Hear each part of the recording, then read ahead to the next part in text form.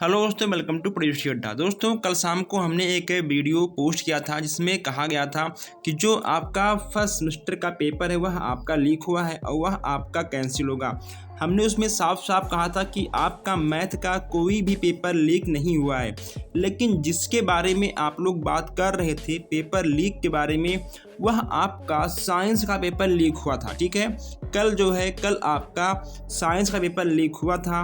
अब यहाँ पर आप सबके मन में एक सवाल है कि क्या आपका साइंस का पेपर रद्द होगा, क्या आपको फिर से एग्ज़ाम देना पड़ेगा, क्या है पूरी बात, आइए हम वीडियो के माध्यम से समझते हैं। जो भी जानकारी यहाँ पर दी जाती है आपको बिल्कुल सही जानकारी दी जाती है, वो भी विथ प्रूफ यहाँ पे आपको जानकारी देखने को मिल जाता है। हमने कल साफ साफ कहा था कि आपका मैथ का कोई भी पेपर आपका लीक नहीं हुआ है, लेकिन यहाँ पर देखिए, यहाँ पर जो आपका कल पेपर था साइंस का, तो यहाँ पर आप देख सकते हैं, यहाँ पर आप देखिए, आप यहाँ पर प्रथम सेमेस्टर का साइंस का पेपर लीक हुआ था। कहाँ पर? चित्रकूट इंटर कॉलेज से। आइए हम इस पूरे न्यूज़पेपर को पढ़ते हैं और आपको समझाते हैं।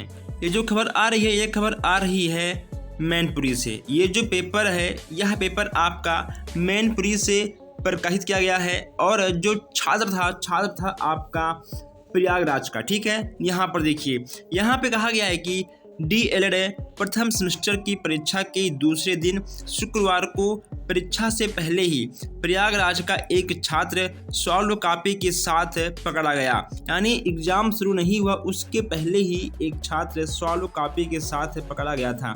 पूछताछ में उसने बताया कि उसे व्हाट्सएप ग्रुप पर सॉल्व कॉपी मिली थी। व्हाट्सएप ग्रुप का बात उसने कहा है।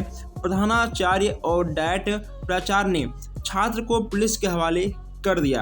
अब जब वह पुलिस के हवाले गया, यानी वह तुरंत जेल पहुंचेगा या फिर वह हर एक बात सही बताएगा। अब यहाँ पर देखिए, प्राचार्य की तहरीर पर पुलिस ने केस दर्ज कर लिया। अब यहाँ पर इनका केस भी दर्ज हो गया है, उसका जांच भी शुरू हो गया है। ठीक है, शुक्रवार को प्रथम पाली में सुबह 10 बजे से DLED प्रथम सेमेस्टर विज्ञान की परीक्षा शहर के चित्रगुप्त इंटर कॉलेज में डायट प्राचार्य मनमोहन शर्मा प्रश्न पत्र लेकर पहुंचे थे। जैसा कि आपको मालूम है कि जो भी आपके पेपर निकलते हैं वो पेपर आपके डायट से होते हुए तभी आपके सेंटर पर पहुंचता है। ठीक है, अब यहाँ देखिए, पेपर शुरू होने से कुछ मिनट पहले KBS महाविद्यालय का छात्र आशीष कुमार पुत्र प्रेमचंद्र निवासी प्रयागराज परीक्षा देने पहुंचा। गेट पर ही तलाशी के दौरान उसके हाथ पर कुछ अंक लिखे हुए मिले थे और साथ ही में कोड की तरह प्रतीक हो रहे थे। ठीक है, कुछ अंक लिखा गया था जो कि कोड की तरह। अब जो कोड था 3 4 1 1 4, यानी यहाँ पर आपको 5 अंक देखने को मिल रहा है। ये जो आपका 3 4 1 1 4 है, आप ये समझिए कि जो आपका 5 नंबर का बहुविकल्पी प्रश्न आता है यह उसका ही कोड है। ठीक है, यहाँ पे आप लोग इस बात को समझ सकते हैं। वहीं प्रवेश पत्र के पीछे, अभी देखिए कितनी बड़ी बात यहाँ पे हो गई है। प्रवेश पत्र के पीछे 3 अतिलघुत्तरीय प्रश्न के उत्तर भी लिखे हुए मिले थे।